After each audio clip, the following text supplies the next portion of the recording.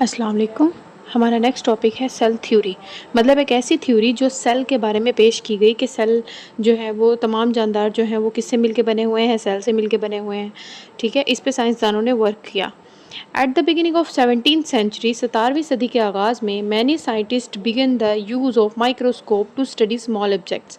Many scientist, बहुत सारे साइंसदानों ने began the use of microscope का इस्तेमाल करना शुरू किया टू स्टडी स्मॉल ऑब्जेक्ट्स, छोटी छोटी चीज़ों को देखने के लिए। ठीक है, पहले वक्तों में साइंसदान जो थे वो अपनी बनाई हुई चीज़ें ही इस्तेमाल करते थे। तो साइंसदानों ने अपनी अपनी माइक्रोस्कोप बनाई और उसके नीचे जो है वो छोटी छोटी चीज़ों को देखना शुरू किया, ऑब्ज़र्व करना शुरू किया। यहाँ पर एक क्वेश्चन है कि 17th सेंचुरी से क्या मुराद है? अगर कोई ईयर जो है वो 16 से शुरू हो रहा है, मतलब फॉर एग्ज़ाम्पल 1665, 16 अगर स्टार्ट में आ रहा है, इसका मतलब है ये है 17th सेंचुरी की बात। ठीक है, अगर यहाँ पर 1765 होता, मतलब स्टार्ट में 17 होता, तो ये हो जाती 18th सेंचुरी की बात। अगर कोई ईयर जो है वो 1865 है, मतलब स्टार्टिंग में अगर 18 आ रहा है, तो इसका मतलब है ये 19th सेंचुरी में जा रहा है।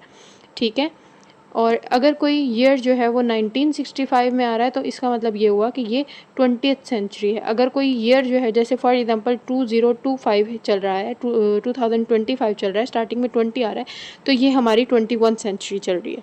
तो 17वीं सदी से क्या मुराद है कि पहला साइंसदान जिसने सेल के बारे में स्टडी किया वो 1665 में, मतलब ऐसा ईयर जो 16 से स्टार्ट हो रहा है उसमें आएगा। ठीक है, तो रॉबर्ट हुक पहला साइंसदान था। Robert Hooke was English scientist.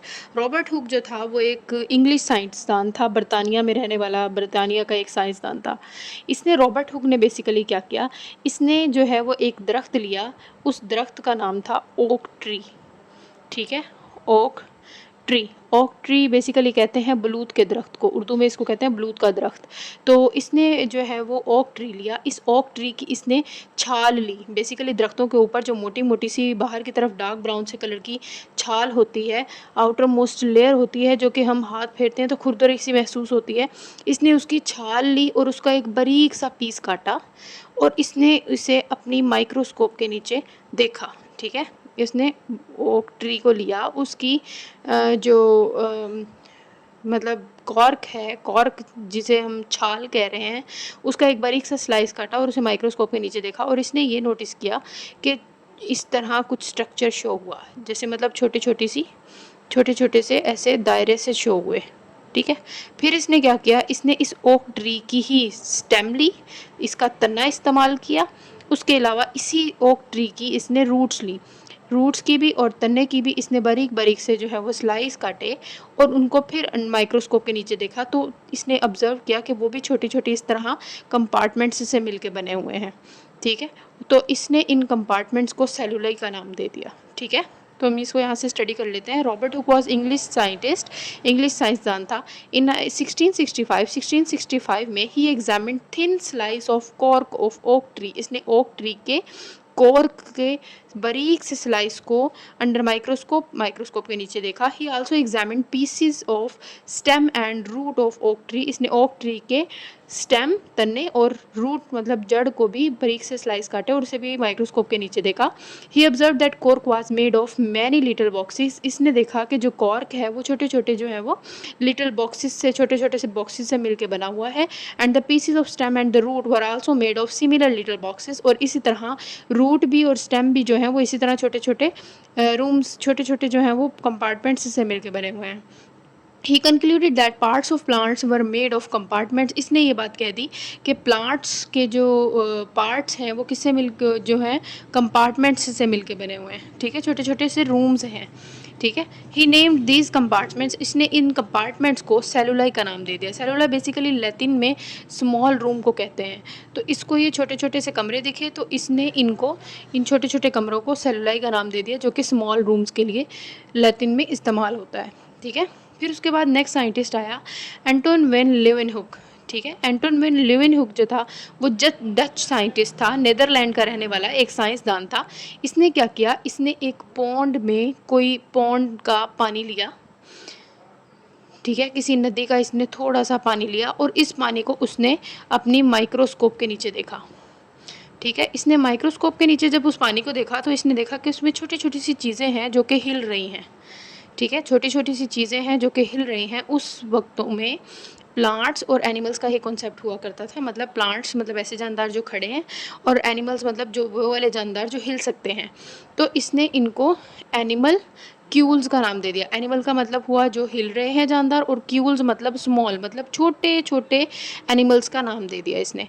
Anton van Leeuwenhoek was Dutch scientist था, नीदरलैंड का रहने वाला साइंसदान था। इन 1673 से मुराद ये है कि कौन सी सेंचुरी की बात हो रही है, 17th सेंचुरी की।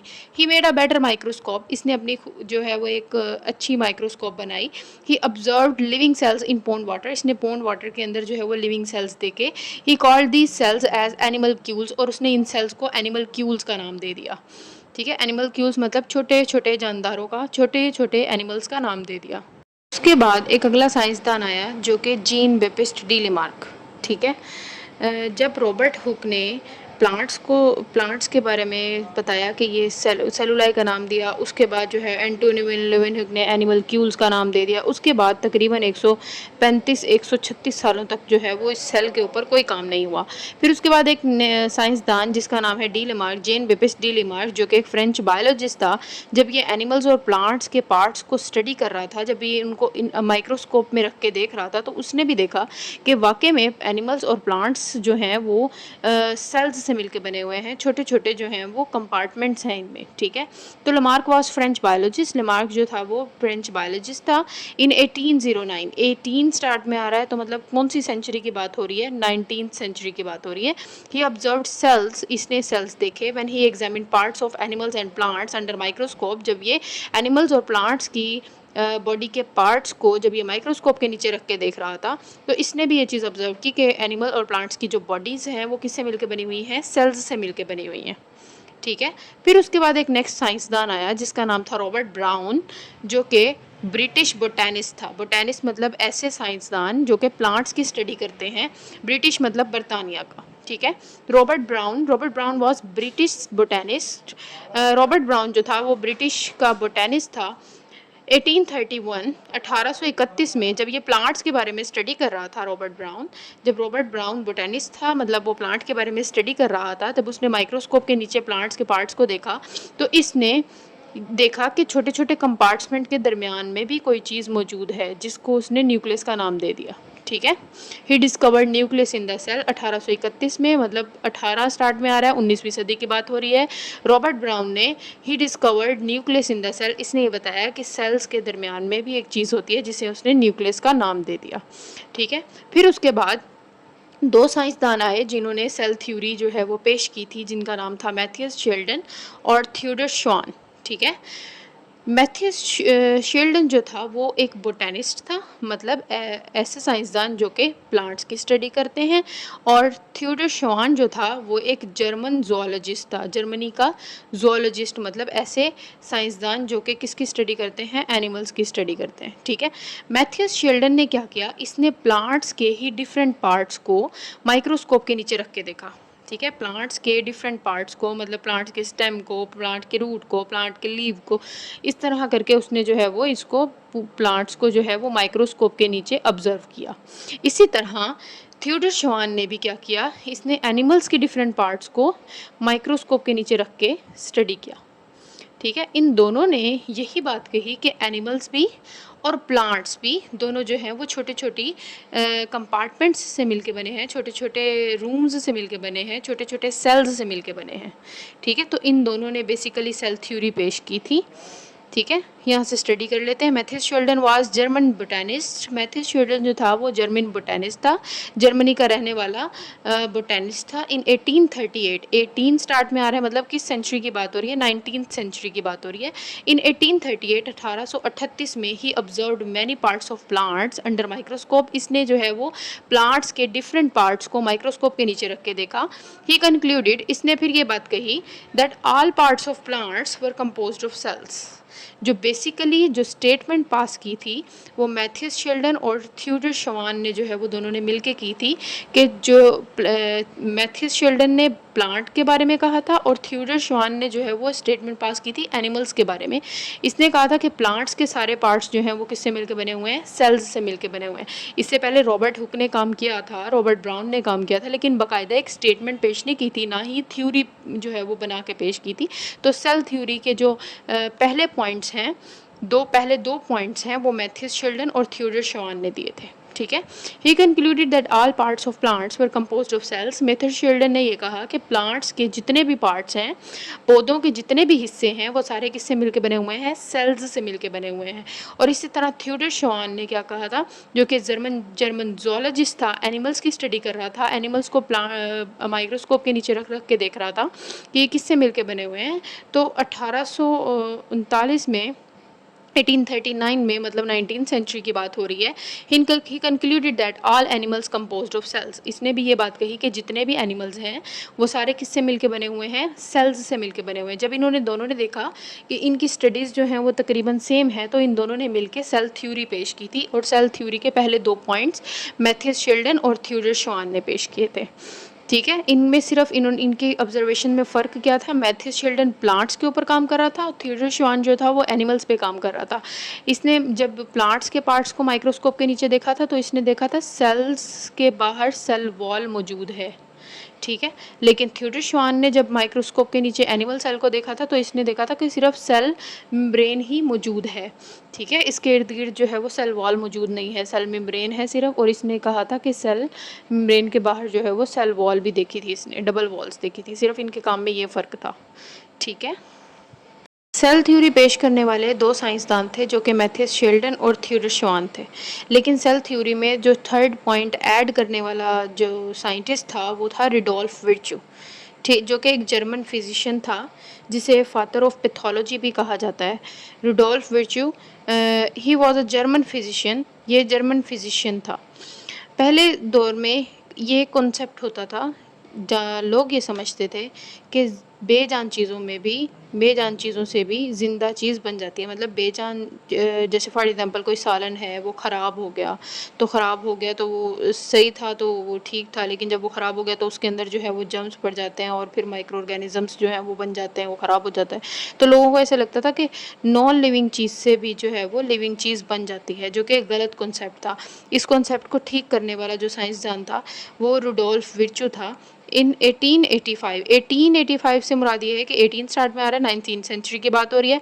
इन 1885 ही ऑब्जर्व्ड, इसने ये he observe that all cells come from the other cells. इसने ये बात कही कि जो नए सेल्स आते हैं वो पुराने सेल्स से ही डिवीजन होकर आते हैं। मतलब फॉर एग्जांपल पुराना सेल है वो डिवाइड होता है और उससे अगले दो सेल्स बन जाते हैं, फिर वो आगे डिवाइड होते हैं तो फिर उनसे आगे और सेल्स बन जाते हैं। तो जितने भी सेल्स नए बनते हैं वो पहले से मौजूद किसी सेल्स से ही बनते हैं। ठीक है, अब आपके दिमाग में ये क्वेश्चन आ रहा होगा कि दुनिया में फिर जो पहला सेल बना था वो कहाँ से बना था। वो एवोल्यूशन वाले चैप्टर में जो है वो उसकी डिटेल में डिस्कशन होगी। बहरहाल यहाँ पर जो हमने डिस्कस करना है वो ये कि all cells come from the other cells, जितने भी सेल्स हैं वो पहले से मौजूद सेल्स से मिल के बनते हैं, उनके डिवीजन से जो है वो होते हैं। रुडोल्फ विर्चू ने एक स्टेटमेंट पेश की थी। इसने कहा था ओमनी सेलुला ई सेलुला, मतलब जो न्यू सेल बनते हैं वो पहले से मौजूद प्री एग्जिस्टिंग सेल से ही बनते हैं, पहले से मौजूद सेल से ही नए सेल बनते हैं। और इस बात को प्रूफ किया था लुइस पास्टर ने, जो कि जिसका बहुत बहुत बड़ा साइंसदान है। इसने बहुत सारी जो है वो स्टेटमेंट्स वगैरह पेश की थी। अच्छा, यहाँ पर बुक में जो है वो 1885 दिया हुआ है, लेकिन बहुत सी डिफरेंट बुक्स में यहाँ पर 1855 है। ठीक है, तो बहरहाल आपकी बुक में 1885 है तो आपने 1885 ही करना है। इन 1862 में Louis Pasteur proved experimental proof of this idea provided Louis Pasteur provided experimental proof of this idea. Louis Pasteur ने जो है वो इसको एक्सपेरिमेंट करके जो है वो प्रूफ किया। इसने क्या किया, लोगों के दिमागों में जब ये बात थी कि जिस तरह फॉर एग्जांपल कोई भी सालन वगैरह होता है वो ख़राब हो जाता है तो उसके अंदर माइक्रो ऑर्गेनिजम्स वगैरह जो है वो बन जाते हैं। लुइस पास्चर ने क्या किया, उसने जो है वो एक फ्लास्क ली, इस तरह एक फ्लास्क ली, इसके अंदर जो है वो कोई सालन वगैरह लिया, ठीक है, और इस फ्लास्क को ऊपर से बंद कर दिया। यहाँ पर जो है वो कुछ जो है वो नॉब वगैरह लगा दी और इस सालन को जो है वो गर्म किया। ठीक है। गर्म करने से जो है वो इसके अंदर जो बैक्टीरिया थे वो मर गए और इसने इसको कुछ टाइम तक ऑब्जर्व किया, तो इसके अंदर कोई भी मतलब जर्म वगैरह ऐड ही नहीं हुए थे। ये यहाँ से बिल्कुल बंद था, कोई इसको हवा नहीं लगी थी, तो ये जो है वो ख़राब भी नहीं हुआ। लेकिन इसने जब इसको यहाँ से तोड़ दिया, इस फ्लास्क को यहाँ से तोड़ दिया, और ये फ्लास्क टूटने के बाद इसकी फ्लास्क में जो सालन वगैरह था वो हवा का जो इस हवा जो है वो इसके अंदर एंटर हुई, तो इसके अंदर जो है वो ये सालन वगैरह जो था वो ख़राब हो गया। तो लुईस पास्टर ने ये कहा कि जब तक हवा जो है वो नहीं एंटर हुई थी, मतलब हवा के ज़रिए जर्म्स इसके अंदर एंटर नहीं हुए थे, तब तक जो है वो इसके अंदर कुछ भी नहीं हुआ था। लेकिन जैसे ही हवा के थ्रू जो है वो जर्म्स आ गए, तो ही इसके अंदर जो है तो ही ये ख़राब हुआ है। इसका मतलब ये हुआ कि जो न्यू सेल्स हैं वो पहले से मौजूद सेल्स से ही मिलके बनते हैं। गर्म करने पर यहाँ पर सेल्स जो हैं वो मर गए थे, लेकिन फिर उसके बाद जब ढक्कन हटा दिया तो बाहर से सेल्स इसके अंदर और आ गए और उन्होंने जो है वो रिप्रोडक्शन वगैरह कर ली। तो 1862 में Lewis pasture provided experimental proof of this idea. इस तरह लुईस पास्चर ने जो है वो ये बात प्रूफ कर दी कि जितने भी जो है वो सेल्स हैं वो पहले से मौजूद सेल्स से ही मिलके बनते हैं। सब साइंसदानों का जो भी वर्क था, Rudolf Virchow, Robert Hooke, Antonie van Leeuwenhoek, फिर उसके बाद Jean Baptiste Lamarck, Robert Brown, Matthew Schleiden, Theodor Schleiden और रिडोल्फ विर्च्यू, और इनका सबका काम कंप्लीट करते हुए जो है वो एक थ्योरी जो है वो बनी जिसे हम सेल थ्योरी कहते हैं। It has 3 essential points. इसके 3 मेन पॉइंट्स हैं। इंपॉर्टेंट शॉर्ट क्वेश्चन भी है, आ जाता है पेपर में। पहला point, all living organisms are composed of one और मोर सेल्स। जितने भी लिविंग ऑर्गेनिजम्स हैं, जितने भी जिंदा जानदार हैं, वो एक या एक से ज़्यादा सेल्स से मिलकर बने हुए हैं। इस थ्योरी के पहले 2 पॉइंट्स जो हैं वो मैथ्यू शेल्डन और थियोडोर शॉन ने पेश किए थे। ठीक है। फिर उन्होंने दूसरा पॉइंट जो पेश किया था वो ये कहा था, cells are the basic unit of structure and functional in organism. किसी भी ऑर्गेनिज्म में स्ट्रक्चर बनाने वाला या फिर फंक्शन करने वाला जो बेसिक यूनिट है वो क्या है? सेल है। फिर उसके बाद रिडोल्फ विर्च्यू ने जो है वो नेक्स्ट पॉइंट पेश किया था जिसमें उसने ये कहा था कि जो अगले सेल हैं, जो न्यू सेल्स बनते हैं, वो पहले से मौजूद सेल से मिलकर ही बनते हैं। तो cells come only from the division of pre existing cell. Pre मतलब पहले से, एग्जिस्टिंग मतलब मौजूद। पहले से मौजूद सेल्स से ही डिवीजन होती है और फिर उनसे जो है वो न्यू सेल्स बनते हैं। अगर आपको कोई भी बात समझ में ना आई हो तो आप कमेंट में मुझसे पूछ सकते हैं। अल्लाह हाफिज़।